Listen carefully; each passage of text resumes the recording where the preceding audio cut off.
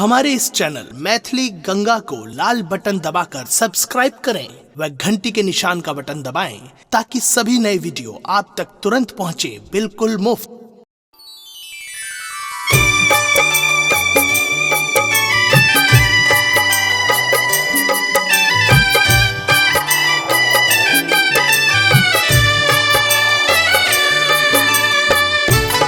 अपनी सुन रही थी गंगा कैसे की प्रस्तुति।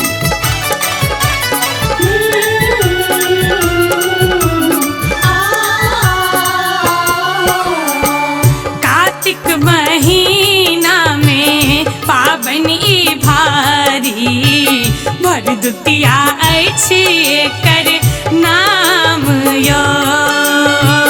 कार्तिक महीना में पाबन ई भारी भरदुतिया अछि एकर नाम यो। आस लगौने हम बाट ताकै छी चल एबै भैया मोर गाम यो। कार्तिक महीना में पावनी भारी भरदुतिया अछि एकर नाम यो।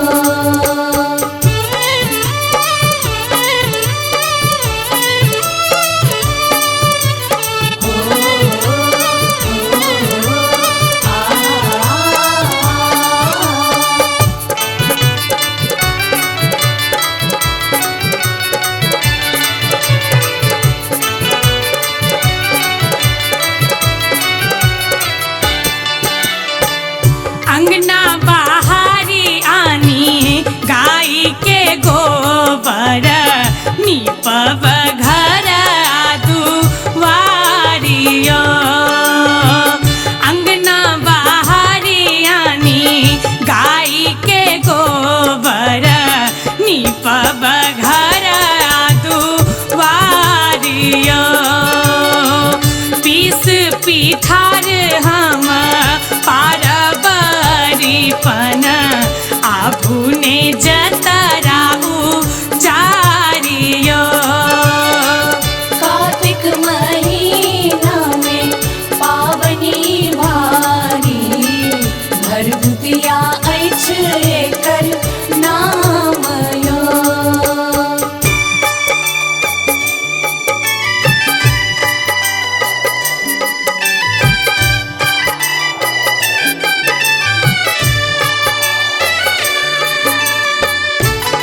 अपनी सुन रही थी गंगा कैसे की प्रस्तुति।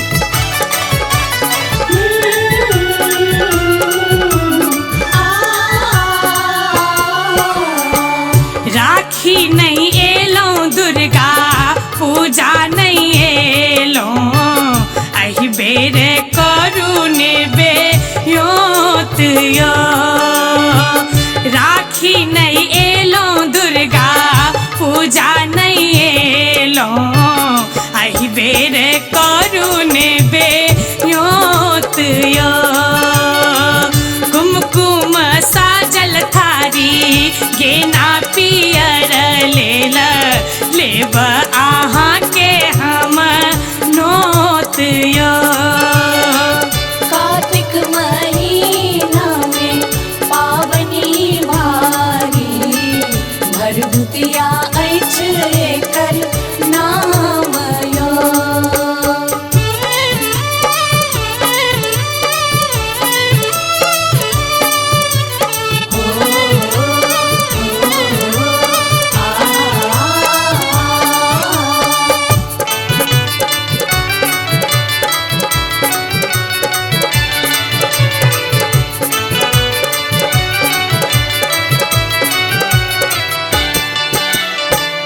एबै नहीं अहाँ तखन रूसब हम भैया करब नहीं अहाँ सा बात यो।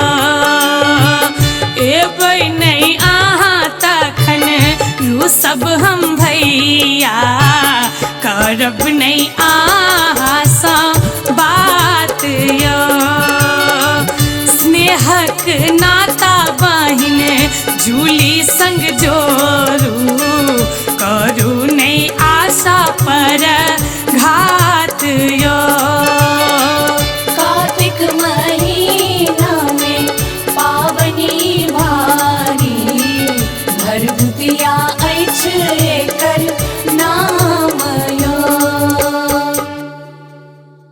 हमारे इस चैनल मैथिली गंगा को लाल बटन दबाकर सब्सक्राइब करें व घंटी के निशान का बटन दबाएं ताकि सभी नए वीडियो आप तक तुरंत पहुंचे बिल्कुल मुफ्त।